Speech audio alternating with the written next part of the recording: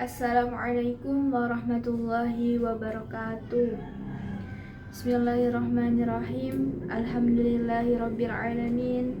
Wassalatu wassalamu ala asrafil anbiya'i wal mursalin sayyidina wa maulana Muhammadin wa ala alihi wa sahbihi ajma'in, amma ba'du.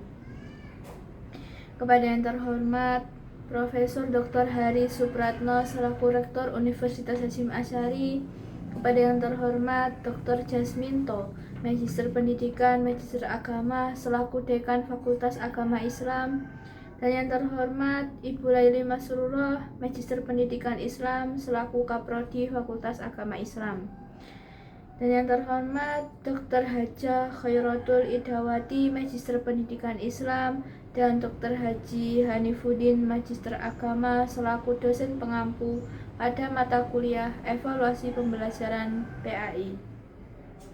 Perkenalkan, nama saya Rahmatul Himah dari kelas 4A Prodi Pendidikan Agama Islam Universitas Hasyim Asy'ari. Saya akan mempresentasikan peta imajinasi pasti aksi metode Hanifida dengan judul Langkah Penyusunan Tes Hasil Belajar Siswa. Nah, sebelum saya mulai, saya akan memberikan sedikit pantun. Jalan-jalan ke kota Bekasi, jangan lupa beli kacamata. Selamat menyimak presentasi dari saya yang penuh cinta. Langkah penyusunan tes hasil belajar siswa itu ada 10 tahapan. Yang pertama, menentukan tujuan tes.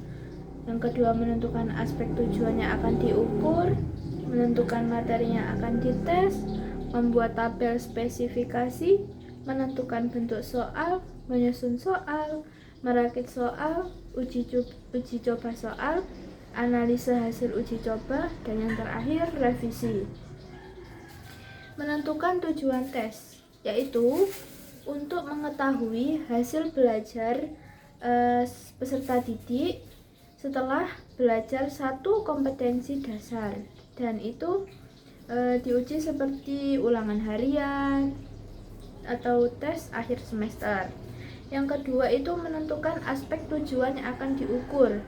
Di sini ada dua, yaitu aspek kognitif atau pengetahuan dan aspek psikomotorik atau keterampilan. Nah, kalau aspek kognitif itu yang diuji adalah tes lisan dan tes tulisan. Lalu psikomotorik atau keterampilan itu yang diuji adalah tes tindakan atau tes praktek. Dan di sini aspeknya hanya ada dua saja. Dan afektif tidak dicantumkan karena apa? Karena kalau afektif itu perbuatan, jadi sulit diukur kalau misalnya dites menggunakan aspek afektif. Karena aspek afektif itu biasanya diuji lewat observasi atau pengamatan, dan itu sesuai dengan perilaku sehari-hari dari siswa. Yang ketiga itu menentukan materi yang akan dites, yaitu menentukan lingkup materi standar dan harus berhubungan dengan bahan yang akan dites. Jadi guru itu memilih materi pelajaran yang akan dijadikan bahan soal tes dan harus sesuai dengan standar materinya. Terus membuat tabel spesifikasi, yaitu ada dua, yaitu formatif dan sumatif. Formatif sendiri itu satu kompetensi dasar dan sedikit. Yang sumatif itu kompetensi dasar dan materi satu semester, dan itu banyak. Jadi membuat tabel spesifikasi sendiri itu ada dua ya, formatif dan sumatif. Lalu menentukan bentuk soal. Bentuk soal yang dipilih itu harus sesuai dengan karakteristik materi dan tujuan pembelajaran. Jadi guru itu menentukan soal yang akan digunakan, misalnya pilihan ganda atau uraian seperti itu. Lalu menyusun soal. yaitu menulis masing-masing soal tiap bagian-bagian KD atau materi. Jadi itu mencakup tentang bahasa, materi, atau konstruksi. Terus merakit soal. Merakit soal itu ada dua, yaitu mengelompokkan soal sesuai dengan jenisnya dan memberi petunjuk soal. Lalu uji coba soal, yaitu mengetes soal yang sudah dirakit. Soal yang telah disusun diuji coba terlebih dahulu untuk mengetahui apakah soal tersebut sudah baik atau belum.